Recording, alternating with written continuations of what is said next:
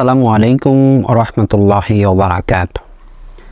আলহামদুলিল্লাহ, ইন্নাল হামদালিল্লাহি ওয়াহদাহু ওয়াসসালাতু ওয়াসসালামু আলা মান লা নাবিয়্যা বা'দা, আম্মা বা'দ। প্রিয় বন্ধুগণ, আমি জায়নামাজের দোয়া হিসেবে এতদিন যে দোয়াটি পড়ে আসছিলাম, ইন্নী ওয়াজ্জাহতু ওয়াজহিয়া লিল্লাযী ফাতারাস সামাওয়াতি ওয়াল আরদা হানিফা ওয়া মা আনা মিনাল মুশরিকিন, যেটি পবিত্র কোরআনের সূরা আনআমের 79 নম্বর আয়াত।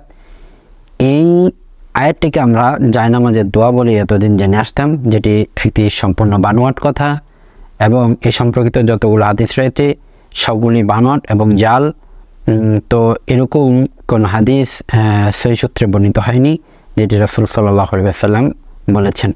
প্রিয় বন্ধুগণ, এই আয়াতটি রাসূল সাল্লাল্লাহু আলাইহি ওয়াসাল্লাম কখনো কখনো তাহাজ্জুদে তাকবীরে তাহরিমার পরে সানা হিসেবে পড়ে থাকতেন, যেটা আপনি পাবেন সহিহ মুসলিমের 771 নম্বর হাদিসে পেয়ে যাবেন। তো এছাড়া রাসূল সাল্লাল্লাহু আলাইহি ওয়াসাল্লাম যখনই সালাত শুরু করতেন, তাকবীর দিয়ে সালাত শুরু করতেন, পরবর্তীতে তিনি সানা পড়তেন। বিভিন্ন সানা রয়েছে আমরা জানি, সেই সানা হিসেবে আপনি সর্বোচ্চ এটাকে পড়তে পারেন।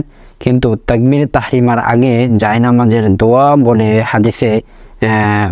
হাদিসের কথা উল্লেখ নেই। জায়নামাজের দোয়া বলতে ইসলামে কোনো দোয়া নেই, এবং আজকের এই আয়াতটিকে আমরা জায়নামাজের দোয়া বলে চালিয়ে দিয়েছি, যেটি একটি বিদআতি কর্ম।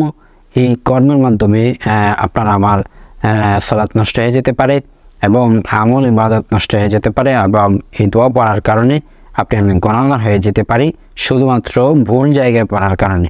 আল্লাহ সুবহানাহু ওয়া তাআলা আমাদেরকে হেফাজত করুক এবং সঠিকটা বোঝার তৌফিক দান করুক। আল্লাহুম্মা আমিন। সুবহানাকাল্লাহুম্মা বিহামদিক, আশহাদু আল্লা ইলাহা ইল্লা আনতা, আস্তাগফিরুকা ওয়া আতুবু ইলাইক। আসসালামু আলাইকুম ওয়া রাহমাতুল্লাহি ওয়া বারাকাতুহু।